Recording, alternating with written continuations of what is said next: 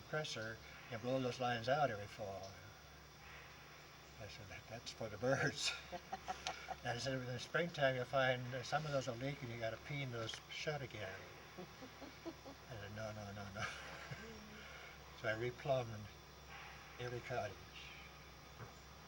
It's amazing. I mean, I imagine you learned a lot as you went along. He called us ahead of time, wondering if he could stay here Hmm. on a trip. Mhm. Sure.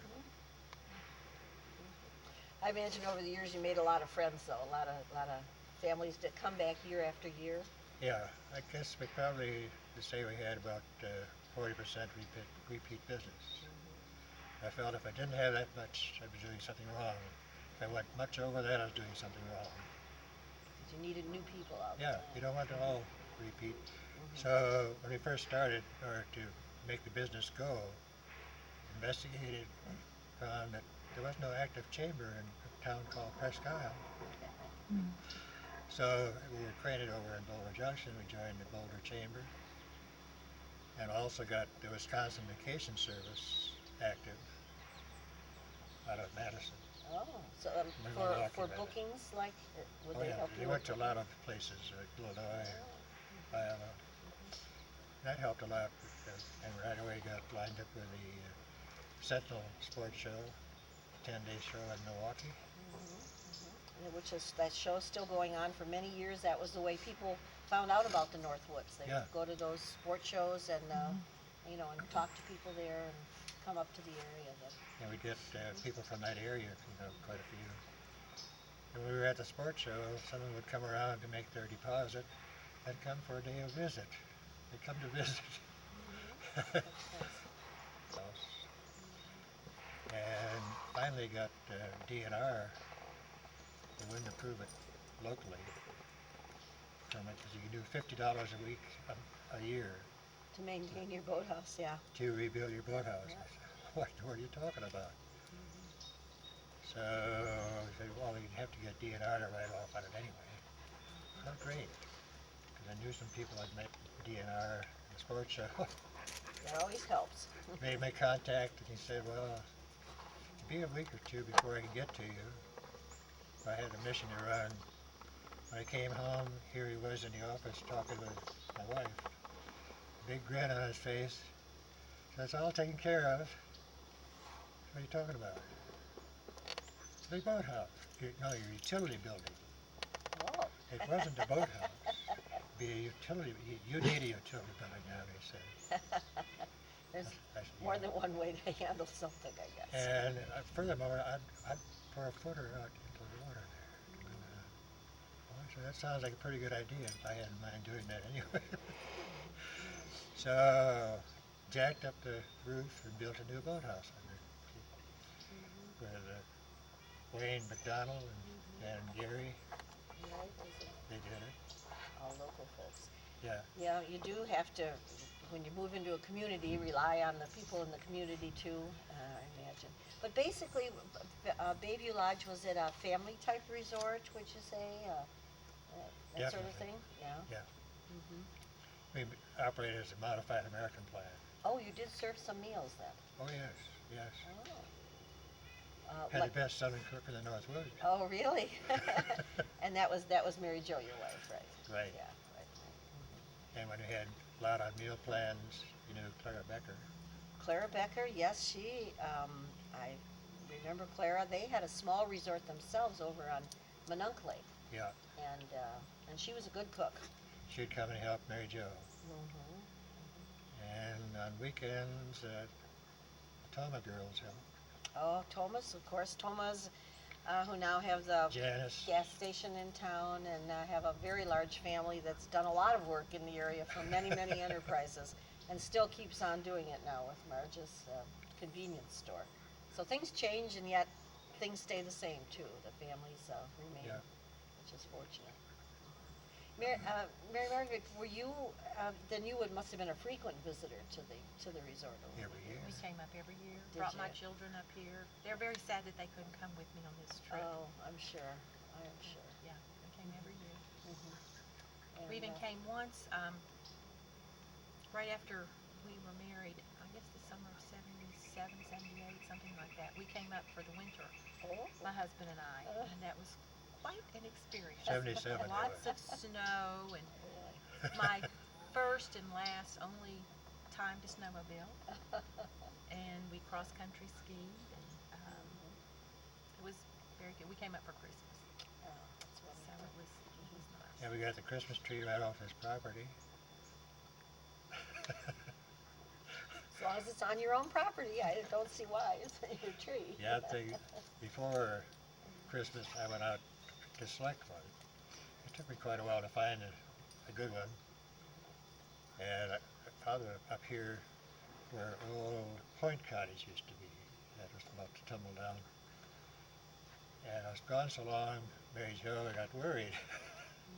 So I started tracking where I was, and I'd gone down over the hill a little ways and gone over a fallen tree, and she lost the trail there. She said, "Oh my God, he fell down to the lake or so." She called around. I finally heard her answer. But we got the tree. That's another tradition in the Northwoods too, getting your own Christmas tree. A lot of good things, really. So then, you were here for 15 years, you said, right? So that would have been about 1990. Then you figured at that point you were ready for real retirement, Yes. right? At age 70, I was still setting up boats and motors.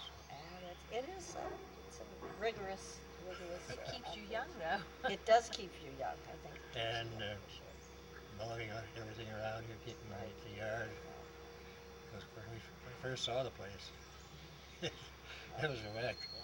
Well, do you know anything about the history prior to the time that you owned it then? I know we talked about Willie Royak probably buying it in the 50s, but he wasn't the one that built the resort, was he? No. In fact, as I understood, the original building burned down in about 1950. Ah. So this was not the original building that was So here. the lodge Well, that you have pictures that you saw. right, Part of it the burned lodge that down. we're looking at here, and we'll probably hopefully get this on some tape too. I did. Winnie Sievert, the president of our historical society, is manning the camera back there, and chirping in every now and then if you have some questions. The first guest came in 1921. Oh, and the person speaking here is Ann Milne. She doesn't have it And on, just why don't white. you get Ann, just get a shot of Can it. I just Go get your ahead. head? There you go. Yes, of course. Okay. Yeah, please Wait a do. minute. Let me see. On our interview here. Okay. And Ann is the present owner, Ann and her husband, Bill Bablich, presently own Bayview Lodge, and she's supplying some of the background for us. The resort was originally built in 1919, and the first guests, as I understand it, came in 1921. As George mentioned, there was a fire in the lodge with the fireplace, and it destroyed the dining room area, but not the whole lodge. The lodge itself is still pretty much structurally as it was, with some modifications. The front staircase is pretty much the same, but the siding has been changed, and there are some great pictures that show the original structure. The front of the building was actually a screen porch, and then made into the dining room, and now it's a residence where there are full-time caretakers, which happen to be Peggy's son and daughter-in-law, Cal and Sarah Johnson, are full-time caretakers, and they now live in the lodge. And there are also 2 apartments on the back side of the lodge that are also available for guests. The lodge itself is huge. It's actually a 9-bedroom structure, which at some point I think was also rented out as rooms in a rooming house. We don't Those now were rooming rent out the rooms. Lodge rooms. Did you rent those out as rooms, George? Yeah. Okay, fine. And then you supplied meals then for Yes. those people. We're strictly now just a housekeeping property. We don't do any of the meals any longer. And to build another one, but regulations changed. Well, one of the beauties of this resort, I think, is the fact that these cottages are, as you said, you were looking for a place with some privacy. They're scattered around so that you can't even see one from the other. Right. And the people have a feeling when they're here of having a little piece of the Northwoods all to themselves, and I think that's why they really, really do enjoy it. But again, too, now we're sitting here in 2006, and we all realize that this is one of the few remaining resorts in our area. And what do you think of that, George? I mean, I hope it would stay as a resort, Yeah, it would be nice to be able to do so that. that more people can enjoy it. Right. Yeah, there've been many that either have had to take the route of turning into condominiums or being divided off and sold because, of course, the land values being what they are. The spectacular lake that is on with the excellent fishing. You had a very good additional, I think, thing in that fact that the Prescott Lake was such a superior fishing lake that you got people, imagine primarily men later on in the season for fishing and that sort of thing. So you extended a little bit more. Well, we had one family out of Maringo, Illinois, of the Mallories, town of Vi and Bob. They'd come in the summertime 1 week, bring the grandchildren, swimming and boating out here. It had a ball. Then in about mid to late September, Vi and Bob would be back for their late walleye fishing. 2-pound test line, out the lake. And one day, Mary Jo and I were out here cleaning up, getting ready for the winter, raking up leaves. We saw him cruising back and forth out here. He finally saw me. George, come down to the boathouse. We've got a problem. I came down to the boathouse. They pulled into the pier, and I saw a nice big muskie in a landing net lying in the bottom of the boat. Okay, Bob, what's the problem? Didn't like muskies. I said, yeah, but that's beauty, but what's the problem? I backed off and said, wait a minute. There's a funny expression on their faces. Tell me about it, Bob. Did you know that sandbar on the other side of the lake? Yes, I know that. We were over there fishing. I was on one end of the boat, Vi on the other end of the boat. I got hung up on the bottom. And Vi got hung up on the bottom, except her bottom, her hang-up moved and came right for the boat, so I grabbed a landing net. I got the picture. All you saw was jaws, wasn't it? Yeah. Frightening. She said it scared the pea water out of me. And I said, I understand. I said, now I got the picture. I said, that's a beauty. We ought to get that out of here, measured, weighed. I think that's for wallmouth. Oh yeah, fine, go get the camera. So I reached down and he said, look out, look out.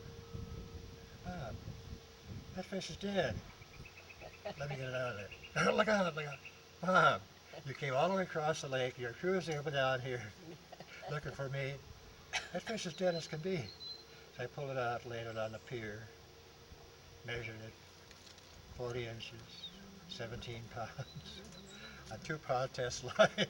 That's tremendous. I said, Bob, if you hadn't netted that as it came to the boat, you never would have had. Right, but he didn't want any part of getting Noodle's teeth, did he? Didn't want to.